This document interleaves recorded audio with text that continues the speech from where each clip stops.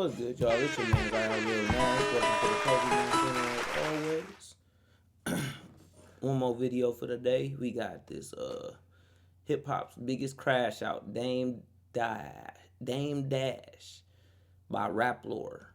Make sure I subscribe. You gotta give all credit to where credit is due over this way. Rap Lore. Let's tap in. Debt, crazier drama, and the craziest.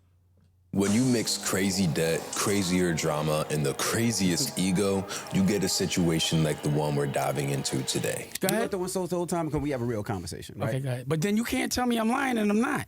You can't tell me I'm... I don't think you lying. I just think you broke. All right, cool.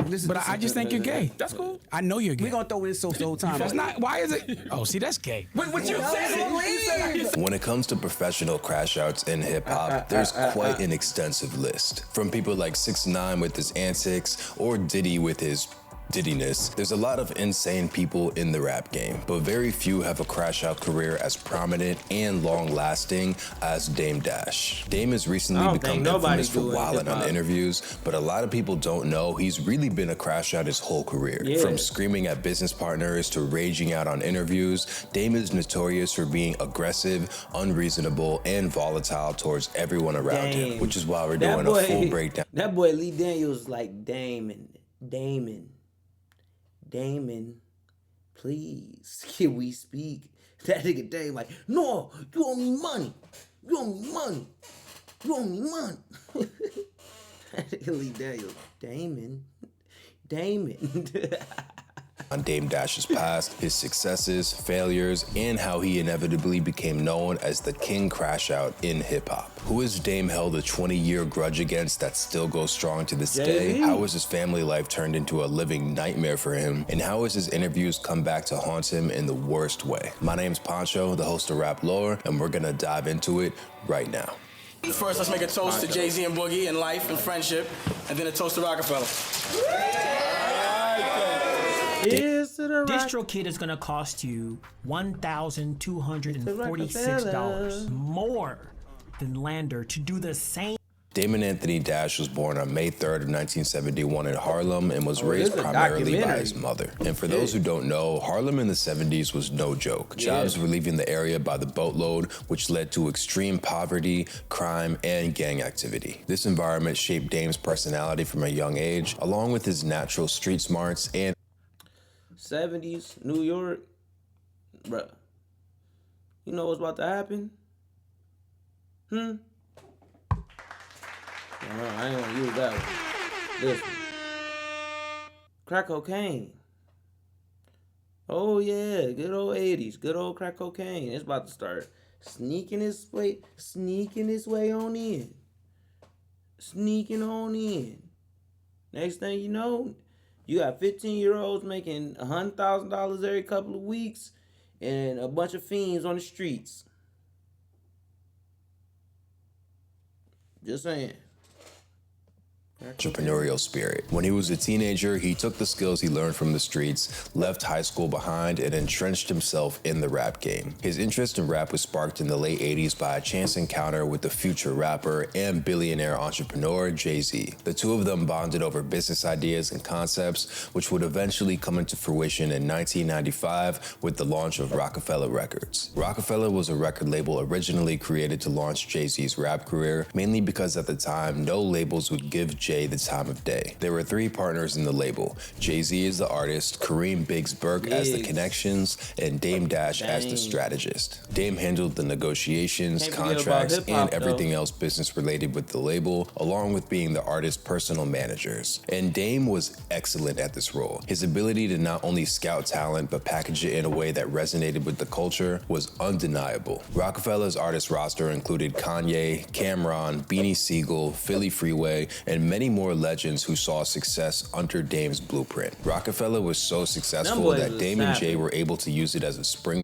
I can't even hold you up. Them niggas was snapping. Them boys had some boys. The Freeway had some hits. Beans had some hits. Cam had some hits. All them niggas had some hits. Or to launch into adjacent industries. In 1999, the duo released Roc A, a hip-hop fashion brand that made a killing off of selling streetwear clothes and accessories. Then in 2002, Dame broke into the film world with Dame Dash Studios, creating blockbuster movies like Paid in Full, State Property, and many more. It was starting to look like money and success followed wherever Dame stepped. However, like most things in life, not everything was what it seemed. Dame was prolific at getting things done and getting what he wanted in negotiations. However, the tactics that he used to do this started to become a problem. Dame was harsh with people, and when I say harsh, I mean ruthlessly aggressive towards others. And there's so many examples of this dating back to his early days, like the time he berated the CEO of 300 Entertainment, Kevin Lyles, in a barbershop. Y'all are too fucking professional and you're too smart to make these kind of dumbass mistakes. Or the time Dame spazzed on all of Def Jam for holding a meeting about Jay-Z without him. You're not a leader. You don't know shit about my culture. Get the fuck out. You don't know shit about Jay. Or the time he's shouting at max volume in a Def Jam hallway at an employee named Randy Acker. Watch your fucking mouth. Go back to your own fucking culture. You gotta have some respect when you see, the thing is, you don't respect your environment. You don't even know nothing about what you're talking about. Things got so bad that there's actually a documented story of a Roc A Fella meeting being held in a After the Kevin Bacon, Naomi Campbell fiasco, what? Dash was invited to, I don't even know what that means. Dash was invited to a meeting at an upscale hotel room in New York. When he was asked why they were meeting at a hotel room instead of Roc A offices, the partners replied, "So no one will hear you scream." What type of Sean Puffy Combs shit is going on here? hotel room just so no one on the staff would hear him scream. That is some next level psychopath behavior. Dame's extreme aggression caused several rifts between him and Jay and led Jay to question his whole relationship with Dame. Also on top of this, Dame and Jay just could not see eye to eye with the direction of Roc A Fella. Jay wanted the label to be professional, corporate, and to do things by the books, while Dame on the other hand wanted to be fully independent and keep the raw street-style grittiness alive in the label. In 2004, Jay had an opportunity to merge Roc A Fella with Def Jam Records, a move that would give the label more reach. That was a different time in hip-hop right there. You know, honestly, it's a good thing Jay-Z did do that. Because Cam and them got to do their own thing, and unfortunately Beans and all them, they didn't really pan out the way that they should have in a lot of ways, but it really birthed a lot of, well, not even a birthed, it gave an opening for that southern scene to really come through and really start beating niggas the fuck up, to be real with you. Like, around this time, 2004, that's when snap music and shit like that started to come into the picture a little bit more. Really, like 2006 is when you really start hearing a lot of that. It's 2006, 2007.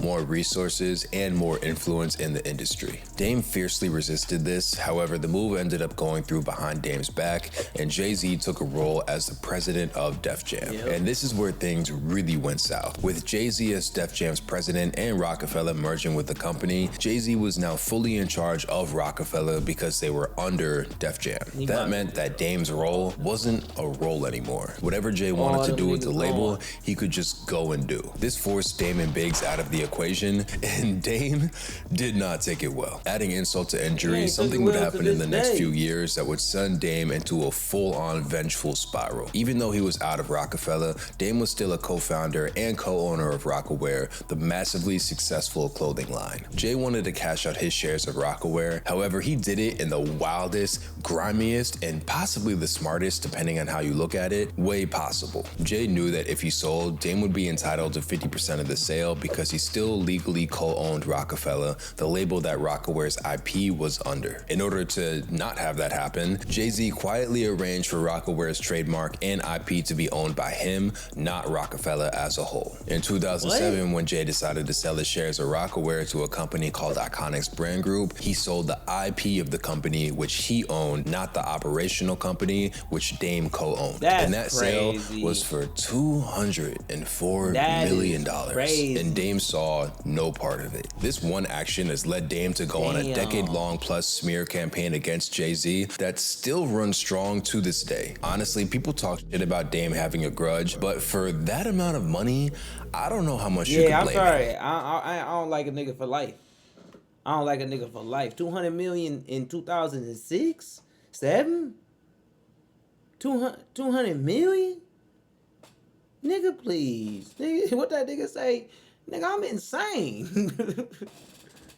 Like now, I got warrants out for my arrest, and for things that don't make sense.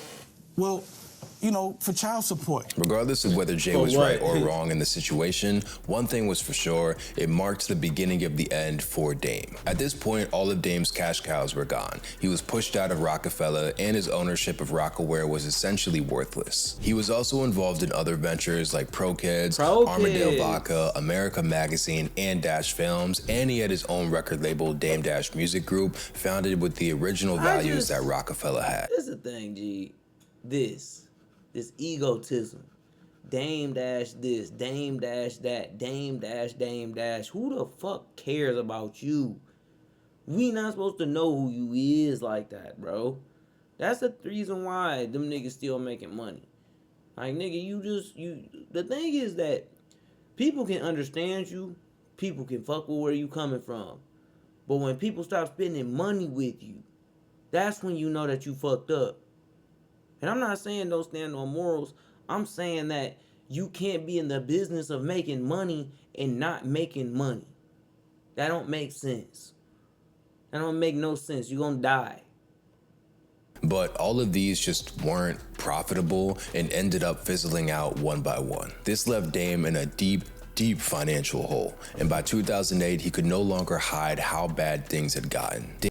Meet the BeatStars Pro page, the world's #1 website builder for music producers. Sell Dame caught lawsuit after lawsuit after lawsuit after what's lawsuit after lawsuit. First, he couldn't keep up with his property's expenses, leading to several of them to go into foreclosure, including a $7 million Tribeca condo. His fashion company's sales.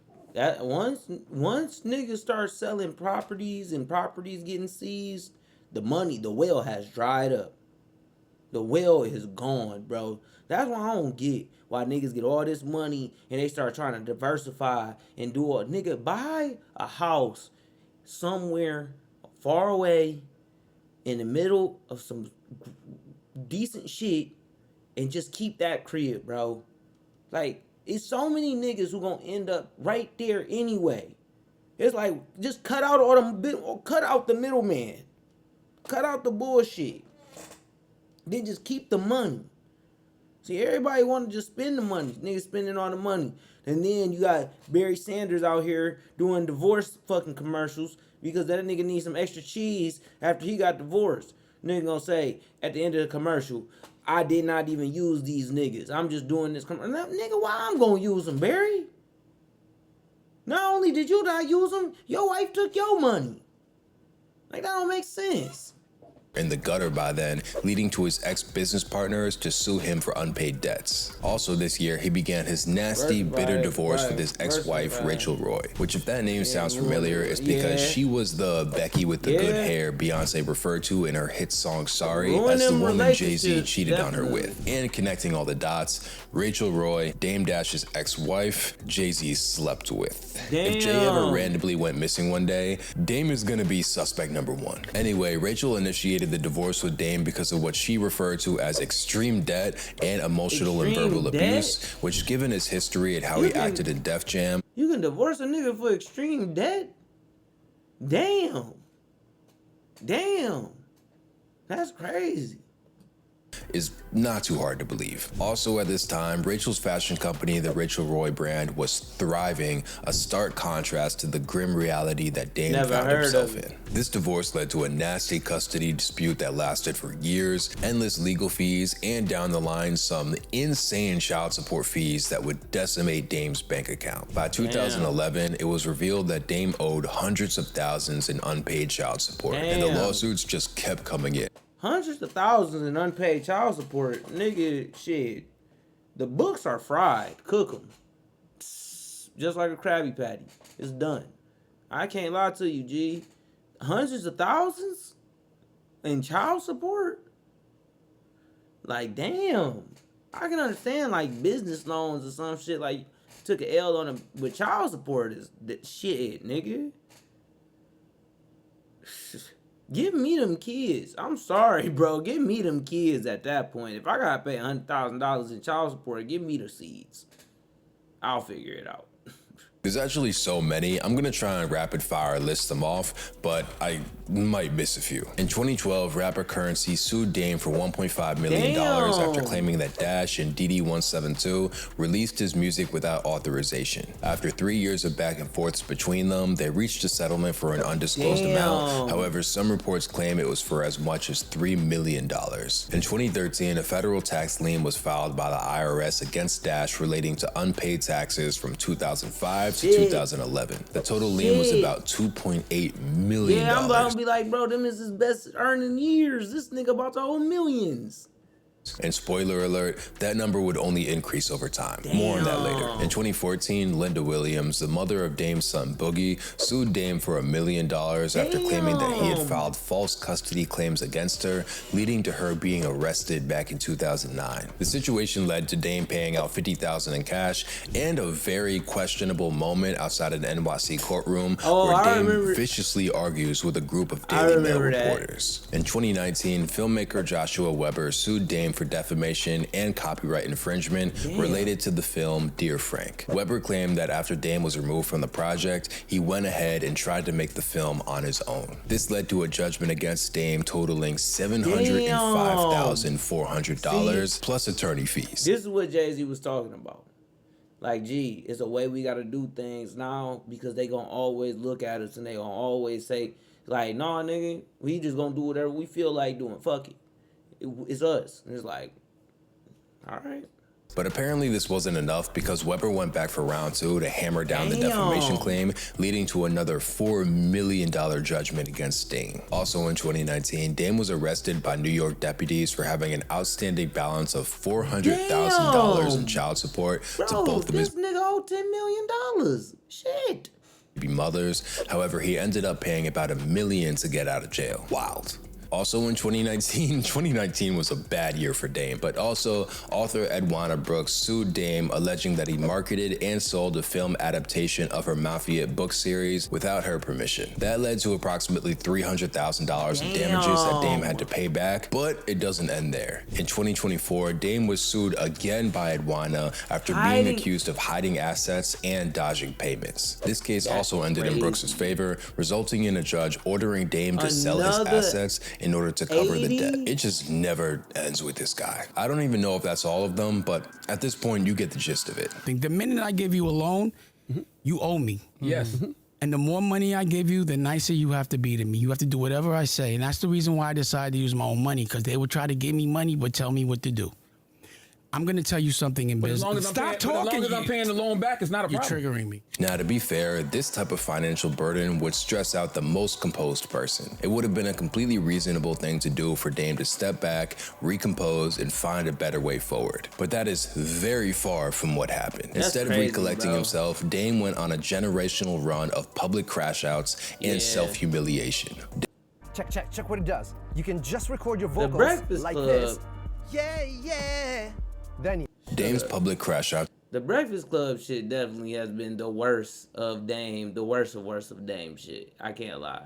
Cause they just go up there and just laugh at this nigga and he think like I'm eating. And it's like, bro, the world is laughing at you, bro. They see you as a fucking megalomaniac. Like, they're laughing at you. Nobody thinks that you are eating right now.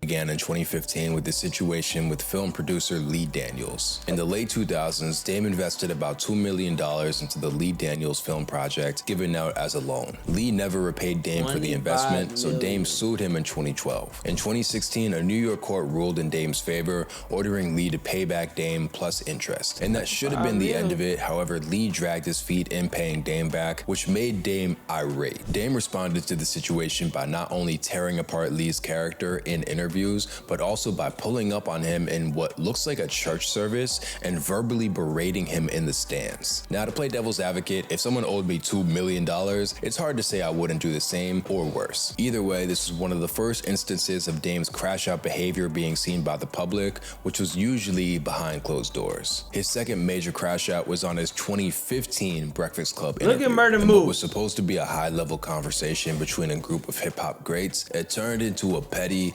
hostile back and forth very quickly. Dame spent the majority of the interview talking about it. That nigga Murder Moose was looking at this nigga like, bro, I thought we was up here to talk about music and shit, bro. Like, what the fuck, bro? You look at this nigga face, G.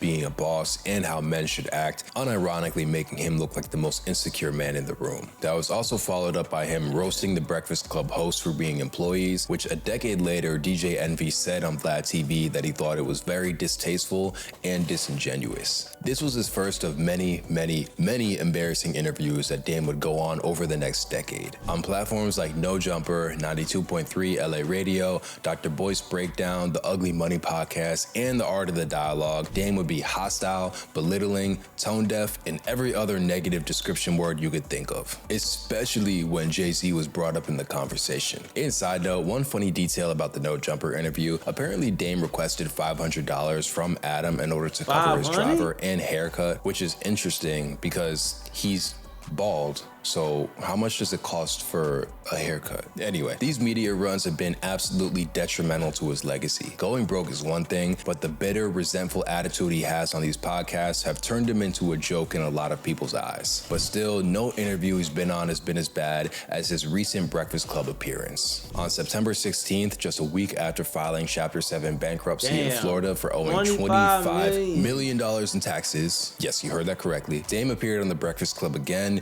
to defend his worth and philosophies. And it was the cringiest interview possibly ever in hip-hop history. I would give it that title, personally. Some highlights include Dame grasping for straws, searching for any way to justify his massive amount of debt, Dame complaining about being cut off while literally not letting anybody else get a full sentence in, roasting the Breakfast Club building for not having windows, while again, he had his properties foreclosed on, just a little hypocritical, and Dame speaking about being the chairman at Revolt TV on a path to acquisition, only for Revolt to come back a few days